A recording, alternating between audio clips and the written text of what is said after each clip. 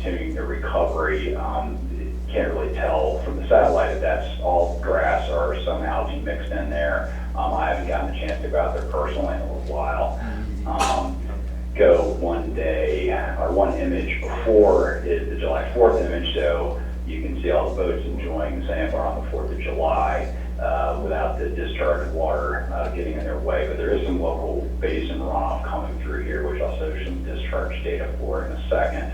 But just to put that into perspective on the seagrasses, it's doing much better than it was back in December when you could tell it was just completely wiped out in the satellite imagery. Blue water, but also no grass from the discharges before.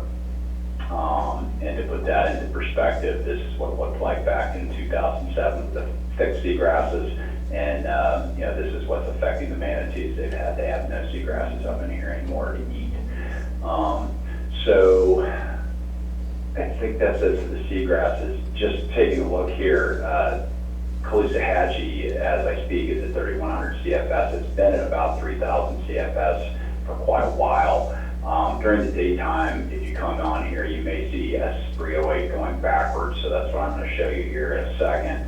It's usually not open at night, but during the daytime, but there's some local basin runoff in the C44. Luckily, they've been sending that west to the lake instead of east to the river, so all those 4th of July people didn't have to get that much more water that was already coming out of the local basins.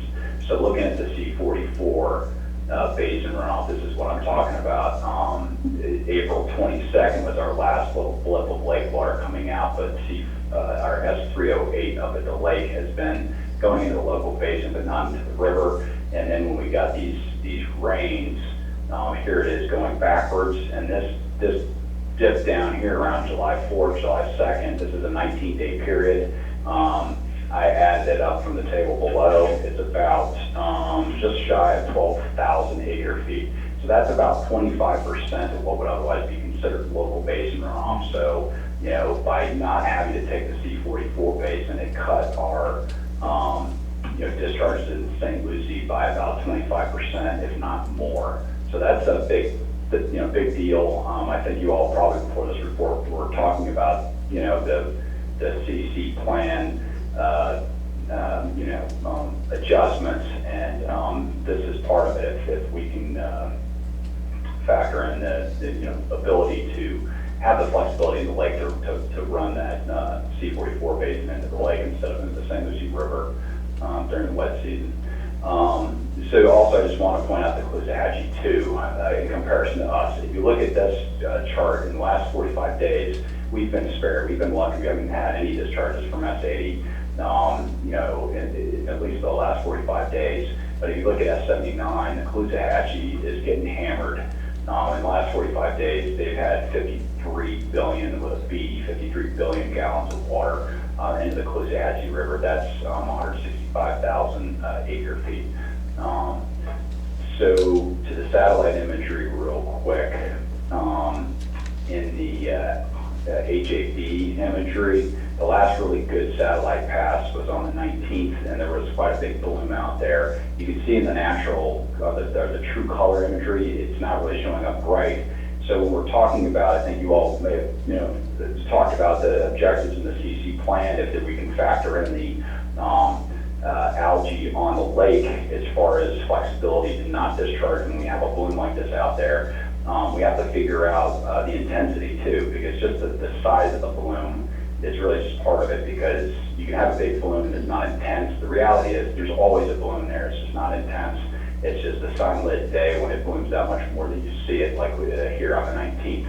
One thing I also want to show, because this is a perfect example, these last 4 images in the last 3 days, that the satellites are also affected by the angle of the imagery, not just the clouds. So this was on the 20th. These 2 satellites, the Sentinel satellites, pass over in pairs.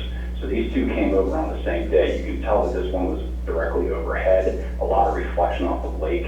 And so just because it's showing clear here, I'm not sold that it's clear, because the satellite's thrown off by that reflection. And then this one is way far off in the east, and you can see it's all pixelated, so it's also not going to pick up over here in the HAB bands as much because of the angle that it's at. And just to illustrate what that looks like, I put it up against the satellite passes.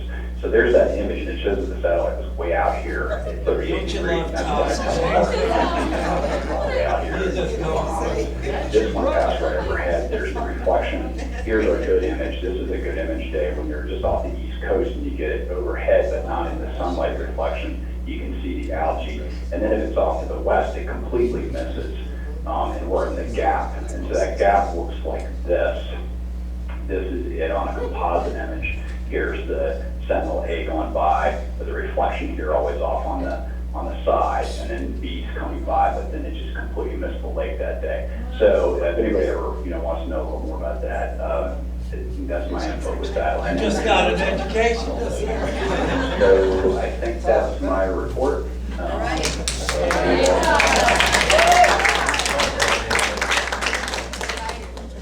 Anything you want to know and more about? I always told Todd he missed his call. He is. Here's a local attorney, right? He's Astronauts. Yeah, should have been there. Well, thank you so much, everybody, for doing any other member comments at the end here. Thanks again. Our next meeting is not going to be in August. We skipped that meeting. We may, if there's something happening, we might do something else, but I think it's the next one to be in September, right? Near National Estuary Day, so let's do that. But waterways cleanup, thanks for coming. Y'all take care.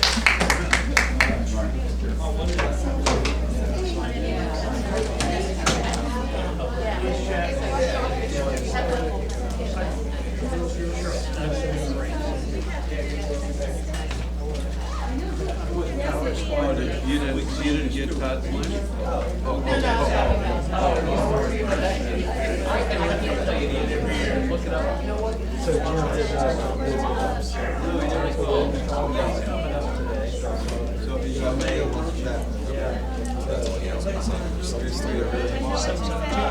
Thank you. Made my job easy. Thanks for bringing your grandchildren this morning. Well, actually, you know why?